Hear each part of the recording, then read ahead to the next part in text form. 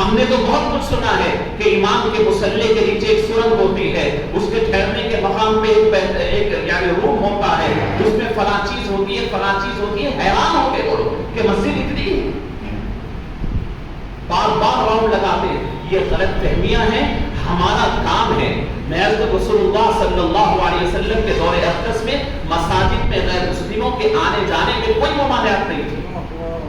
رسول اللہ صلی اللہ علیہ وسلم کے دور اقدس کو اٹھا کر کے دیکھیں تو آج بھی ہم مسجد میں اگر نہ بھی ہو تو ایک کارنر صحیح جہاں پر وہ آ کر کے بیٹھ کر، آج دور ہے لوگ اپنی روحانیت کی تسکین چاہتے ہیں. وہ ابھی اسلام نہیں قبول کرتا ہوگا لیکن آپ کے ماحول میں آ کر بیٹھنا اگر چاہتا ہے تو ایک کارنر بنائے جہاں وہ آ کر بیٹھ کر اپنی غلط فہمی دور کرنا چاہتا ہے تو شاید اس کی اجازت اور اس کے لیے ہم اپنے دروازے کھولنے چاہیے. تو عزیزان گرامی، میں آخری بات، کیونکہ مفتی صاحب تشریف لا چکے ہیں، حضرت شیخ الجامعہ صاحب بھی تشریف لا چکے ہیں، میں آخری بات آپ سے عرض کرنا چاہتا ہوں. مساجد سے متعلق بڑی اہم ہے. بہت ساری باتیں تھیں کہ مثالی کردار کس طریقے سے ادا کی جا سکتے ہیں. تعلیمی شعبے کے متعلق کام ہو سکتا ہے مساجد سے، اور مساجد دیگر اور بہت سارے کام کر سکتی ہے. ایک بات بڑی اہم ہے، آج نہیں تو کل مساجد کے ذمہ دار حضرات کو بڑی مشکلات پیش آئے گی اگر مسلمان مساجد کو ریگولرائز نہ کرے. مساجد کی زمین تو آپ کی خریدی بھی رجسٹرڈ ہے، لیکن آپ کی تعمیر جو ہے عمومی طور پر مسجد کے ذمہ دار حضرات اپنی تعمیرات کو لیگل نہیں کی. جو موجودہ حالات میں آپ بلڈوزر کا چلنا جو دیکھ رہے ہیں، جہانگیر پور کی مسجد کا جو واقعہ آپ دیکھ رہے ہیں، جہاں کہیں یہ ہو رہا ہے وہ اس لیے ہو رہا ہے کہ ان کے پاس پہلے سے آپ کا ڈیٹا موجود ہے کہ مساجد کی جو تعمیر ہے وہ تعمیر جو ہے وہ ابھی آپ نے کنسٹرکشن کا پرمیشن نہ لے کر کر لیا ہے. آج تک موافق حکومتیں تھی، بات جو ہے وہ ہو گئی، لیکن آئندہ حالات جو تبدیل ہو رہے ہیں ان کے پاس اس بات کا پورا پلان ہے کہ وہ آپ کی مساجد کو نقصان بھی پہنچائے اور کل وہ اس کو ٹیگ دے دے کہ یہ غیر مجاز ڈھانچہ تھا، اس کو مسجد ہی نہیں کہتے. اس کے لیے اجتماعی طور پر مساجد کے تمام ذمہ دار، اب اس کے لیے کوئی ہمیں دور کی دوری کی ضرورت نہیں. میں آپ سے عرض کرتا ہوں اس محفل میں بھی چشمدید گواہ لوگ ہیں، کوئی دور کے نہیں، حیدرآباد کے تقریباً 23 سے 28 مساجد کو اب تک نوٹس وصول ہو چکی ہے اس بات کی کہ آپ کا کنسٹرکشن انلیگل ہے. لیکن الحمدللہ ہماری اپنی سیاسی جماعت اور قیادت نے پورے اپنے اثر رسوخ کا استعمال کر اس معاملے کو رفع دفع کیا، لیکن منصوبے اس سے اندازہ ہوتے ہیں. میں عرض کرتا ہوں مساجد کے ذمہ داروں سے اور محلے والوں سے کہ وہ باضابطہ پلان کریں اور مسجد کی لیگل ڈاکومنٹس کو جتنا ہو سکے مضبوط کریں، تب جا کر کے آپ کو سکون ہوں گے.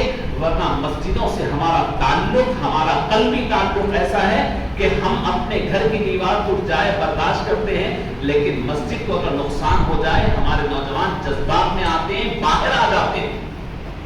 تو عزیزان گرامی، تو آئندہ نسلوں کی حفاظت ہونا ہے تو ہماری اپنی مساجد کی حفاظت بھی بڑی اہم اور بڑی ضروری ہے. بہرحال یہ چند ضروری باتیں میں نے آپ کے سامنے عرض کرنے کی کوشش کی. تو مساجد کس طریقے سے اچھا رول ادا کر سکتے ہیں اپنی سوسائٹی کے اندر، اس عنوان پر چند باتیں آپ نے گزار کیا. اللہ رب العزت سے دعا ہے کہ رب العالمین ہم تمام کی حفاظت فرمائے، مساجد سے وابستہ فرمائے، مساجد میں آنا اور عبادتیں کرنا اس کا رب العالمین ہمیں توفیق عطا فرمائے. جزاک اللہ خیر. السلام علیکم.